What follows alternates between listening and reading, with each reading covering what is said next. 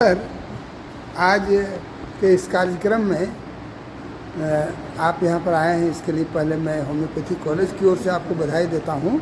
और सर, एक चीज़ बताया जाए कि क्या टीबी के पेशेंट वाले के घर से यदि कोई वैसा जानवर जिसको खाया जाता है लोग, जैसे मुर्गा हुआ, बकरा हुआ, वो यदि है और वो यदि टीबी वाले का जो थूक खखार खाया हो दुर्भाग्यवश, और उसको यदि मनुष्य खाता है तो क्या उसको भी टीबी हो जाएगी? नहीं, बिल्कुल नहीं होगा। टीबी होने का एक ही कारण है कि अगर किसी आदमी को टीबी है और वो टीबी की दवाइयाँ नहीं ले रहा, ठीक है, तो उसके छींकने खांसने से जो ड्रॉपलेट फैलता है और हम सांस में इनहेल करते हैं। तो वैसे आदमी जिनका की बॉडी इम्यूनिटी कम है, वैसे लोगों को टीबी होगा। वो मैन टू मैन ही जाएगा, किसी जानवर से नहीं आएगा। सर, एक चीज़ बताया जाए कि अगर किसी महिला को दुर्भाग्यवश टीबी हो गई है तो उसकी कौन कौन सी क्षमता कम हो सकती है? सही सवाल है आपका। महिलाओं में बहुत तरह का, महिला हो या जेंट्स, मेल हो या फीमेल हो, टीबी तो सबों को होता है, बच्चों को भी होता है, ठीक है। टीबी दो तरह के होते हैं, पल्मोनरी, एक एक्स्ट्रा पल्मोनरी। वो महिलाओं में भी हो सकता है और जेंट्स किसी में भी हो सकता है।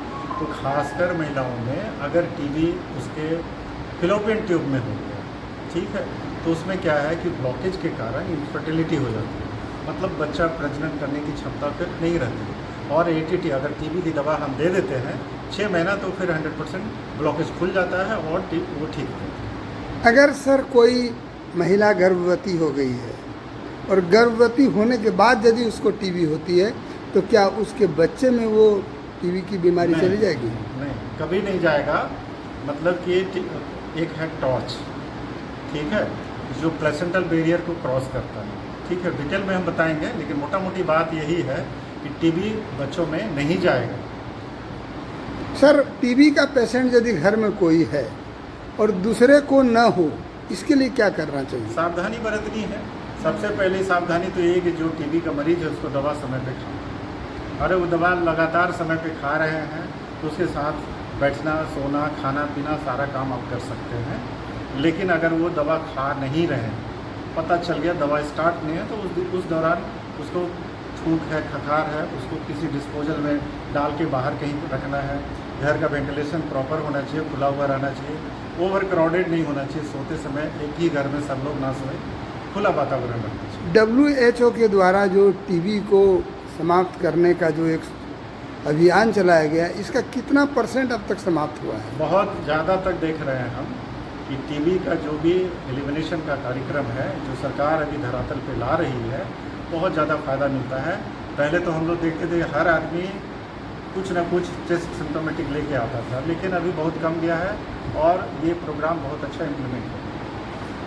चलिए, आपको बहुत बहुत धन्यवाद। और अब मैं मिल रहा हूँ डॉक्टर अशोक पासवान, प्राचार्य, राजकीय होम्योपैथिक चिकित्सा महाविद्यालय से अस्पताल। सर, आपने इतना सुंदर कार्यक्रम कराया और लगातार करा रहे हैं, इसके पीछे कारण क्या है सर?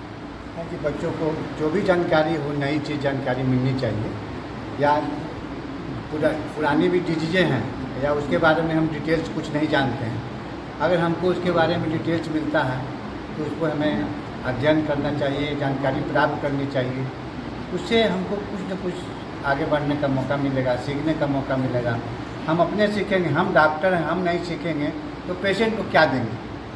तो पहले हमें भी कुछ सीखना है। और ज़िंदगी, डॉक्टर में ज़िंदगी सीखने का नाम है, ज़िंदगी भर सीखना है और ज़िंदगी भर ट्रीटमेंट करते हुए मरीज को ठीक करना है। ठीक है, थैंक यू। और सर, एक प्रश्न और है कि आप तो यहाँ पर सेमिनार किए कॉलेज में, हॉल में, इसको विस्तृत रूप से लोगों के बीच में अवेयर करने के लिए आपकी संस्था पथरगामा स्वास्थ्य केंद्र जो है, ये क्या काम कर रही है? सबसे पहले तो आपकी माध्यम है, ICA में सबसे बड़ा पार्ट तो आपका रोल है कि आप इसको प्रचार प्रसार कीजिए। आए दिन हम लोग पेपर में भी देते हैं और स्कूल में जाके भी, जिस तरह से जैसे यहाँ बच्चों को बताएं, डॉक्टर्स के बीच में बात किए, स्कूल में भी इसका कैंपेन चल रहा है। हमारी ANM कर रही है, जो हमारा टीबी का स्टाफ है वो जा रहे हैं, इसका IC मटेरियल सभी जगह जा रहा है। सर, पथरगामा में अब तक कितना टीबी का पेशेंट बचा हुआ है लगभग? नहीं, बचा हुआ का डिटेल हम इसलिए नहीं बता सकते हैं कि हर दिन टेस्ट हो रहा है, हर दिन टेस्ट हो रहा है। और टेस्ट में बहुत कम ऐसे लोग हैं जो कि टीबी के मरीज निकलते हैं। तो जितना लोग हैं उसको हम लोग पूछ रहे, जो पॉपुलेशन हमारा 2 लाख है उसमें अगर आएगा टीबी तो उसको हम पूछ के इलाज करेंगे। चलिए आप लोग को बहुत बहुत धन्यवाद, और आपको विशेष धन्यवाद है कि बच्चा हुआ पूछ रहे हैं कितना 95 ट्रीटमेंट चल रहा है। बच्चा हुआ मतलब कितना और 95 अभी चल रहा है। 95 का ट्रीटमेंट चल रहा है। एक चीज़ बताया जाए कि सेम बीमारी के लिए अलग अलग डॉक्टर की अलग अलग डायग्नोसिस होती है और अलग अलग दवा लिखते हैं, इसके पीछे क्या अभी कारण तो है? हम बताए ना टीवी में कि एक्सरे को हम लोग प्रायोरिटी क्यों नहीं देते थे। आपके पास गए एक्सरे लेकर तो आप बता दिए कि इसको ब्रोंकाइटिस है, इनके पास गए तो ये बता दिए कि नहीं इनको निमोनिया है, कोई और कुछ बोल दिए, कोई और कुछ बोल दिए। इसलिए बोल दिए कि वो जो डॉक्टर बैठे हैं वो रेडियोलॉजिस्ट नहीं है। रेडियोलॉजिस्ट एक्सरे देखकर सही फाइंडिंग देगा, ठीक है।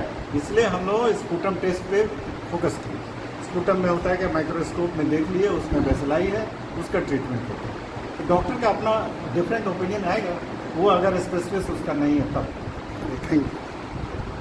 महाविद्यालय से अस्पताल में हूँ, जहाँ पर आज टीबी उन्मूलन को लेकर के कार्यक्रम चल रही थी, और देखिए हमारे सर लोग हैं, और आगे मैं दिखाता हूँ कि इस कार्यक्रम में बहुत सारी बातों को समझाया गया है।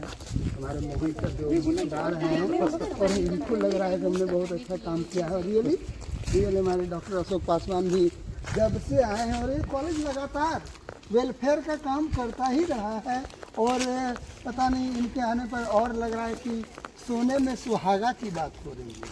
हमारे मोहन सर भी बहुत अच्छे ढंग से अभी टीबी उन्मूलन, कैसे टीबी को रोकथाम हो, इस पर अपने विचार दिए हैं। मैं इनको राजकीय होम्योपैथिक चिकित्सा महाविद्यालय में आने के लिए इनके पूरे टीम को बहुत बहुत बधाई देता हूं, और इनसे अनुरोध करता हूं कि बीच बीच में इस तरह का कार्यक्रम कराया जाए, और स्पेशली जो एक्सरे वगैरह होती है, जो महंगी खर्च होती है, यहाँ पर मुफ्त में कराया जाए। मैं झारखंड सरकार से भी अनुरोध करता हूँ कि हमारे अनुरोध को स्वीकार किया जाए, और अशोक बाबू से भी हम अनुरोध करते हैं सप्ताह में एक दिन इस तरह का कार्यक्रम कराया जाए। Thank you sir.